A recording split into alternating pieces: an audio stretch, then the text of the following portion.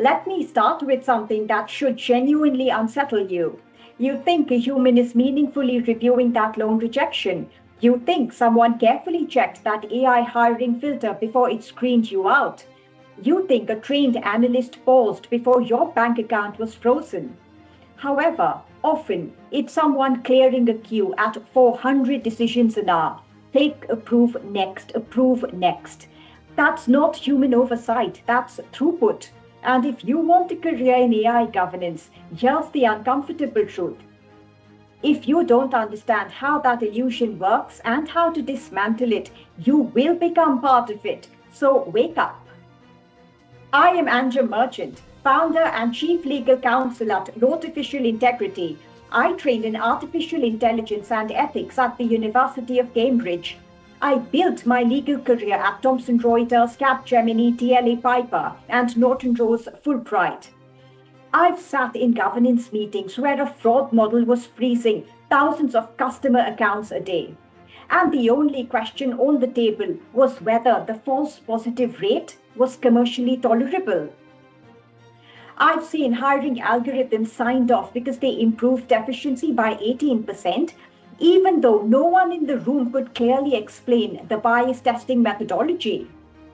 I've watched risk teams approve deployment timelines that left reviewers with seconds per decision. In every case, humans were technically involved, but they weren't the ones truly in control. And that gap between human involvement and meaningful control is exactly where serious careers are built or quietly wasted. Let's talk about the lie hidden in human in the loop. You've heard that phrase, human in the loop. It sounds ethical, responsible, safe. But here's a better question.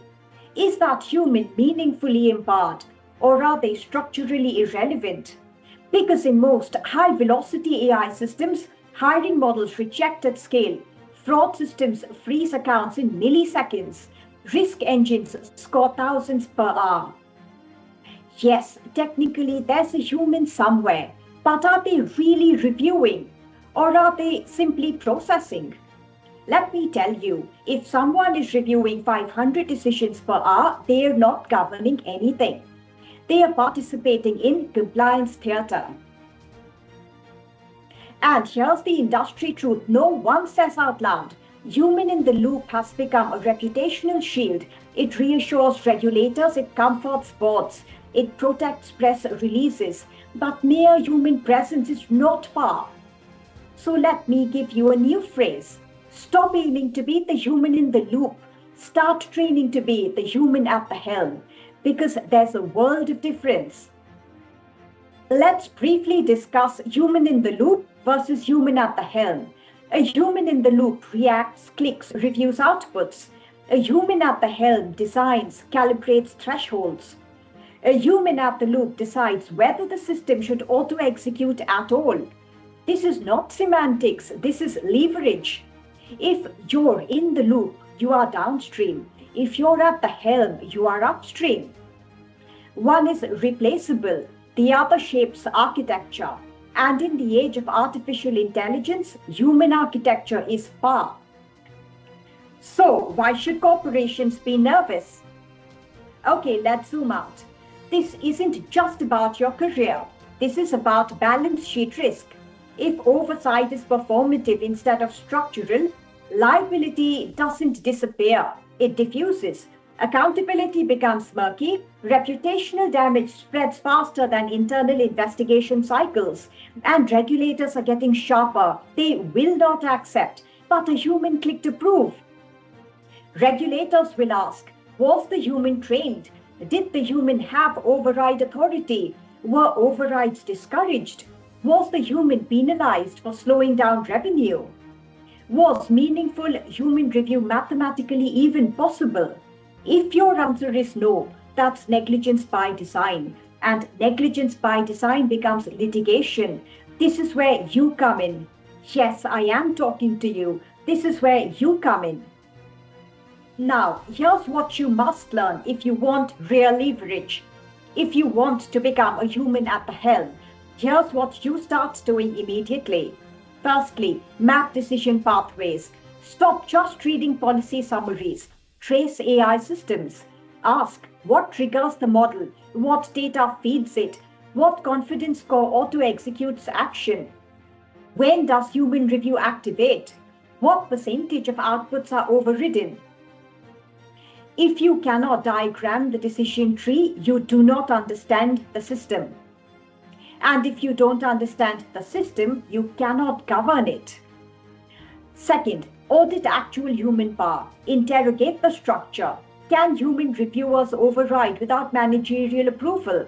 Are override rates tracked and discouraged? Are reviewers scored on speed? Do they see confidence levels or just binary outputs? If overrides create friction, humans will defer. That's automation bias. Your job is to surface it, quantify it, escalate it. That's how you move from human in the loop to human at the helm. Third, stress test velocity. Ask the uncomfortable question. How many cases per hour is meaningful review? If someone must review 400 fraud flags per hour, that's compliance theater. And that's where most junior professionals freeze. Bots don't want comfort. They want defensible architecture. If you can calmly say, this review expectation is mathematically incompatible with meaningful human scrutiny, you become valuable, very valuable. Fourth, build escalation ladders. If you want to become indispensable, design escalation frameworks. Risk thresholds requiring senior review. Automatic pause triggers for anomaly spikes. Model retraining triggers.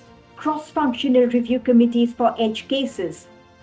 When you build this, you are no longer observing governance. You are engineering it. That's helm-level work. 5. Quantify accountability. Here's where you separate yourself from 90% of candidates. You must track override frequency, false positive human corrections, time to escalation, root cause depth after incidents. When you bring metrics into governance conversations, your authority compounds, not because you're loud, but because you're precise. Now, let's go deeper and examine human consciousness. AI systems scale whatever values are embedded in them. If the humans overseeing AI are distracted by commercials or simply overwhelmed, harm scales. If the humans are technically competent and morally awake, value scales. You are not just choosing a job, you are choosing whether you will be ornamental or directional. The field of AI governance will test you. You will sit in meetings where revenue collides with risk, where product wants velocity, where executives want reassurance, and you will feel the pressure to soften your analysis, to say, it's probably fine. This is where most people fold, but this is where your leverage will compound if you don't fold. Let's discuss the career edge you're probably not seeing. AI will automate first-pass legal research, contract drafting, regulatory summaries, policy templates. It will not automate structural interrogation, escalation judgment, responsibility allocation, moral courage under ambiguity. If you train those muscles, you become anti-fragile, not because you resist AI, but because you are able to meaningfully steer it.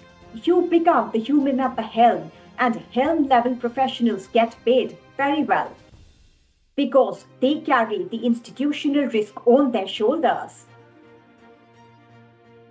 I'll admit, AI governance is lucrative, prestigious, elite, but that's not why I started Lawtificial Integrity. I started because I experienced something rare in this field, life purpose. There are professions that generate wealth, and then there are professionals that shape civilization.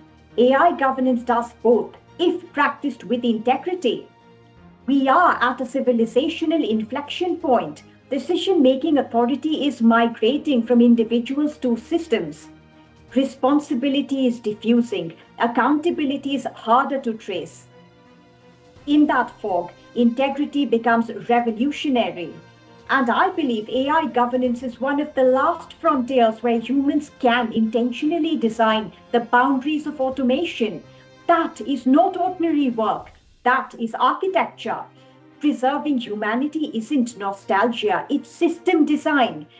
That's why I built lawtificial integrity, because artificial intelligence doesn't just need human oversight, it needs meaningful humans at the helm. So ask yourself, are you just stacking certificates and CV points, or are you building real, unshakable professional leverage? Because AI isn't slowing down, it's scaling relentlessly. And in this world, the rarest, most valuable asset isn't raw intelligence. It's you, a human who truly understands the machine, who can challenge it, who refuses to be a rubber stamp. Don't train to sit passively in the loop. Train to take the wheel, to steer, to own the outcome. Because artificial intelligence needs human integrity.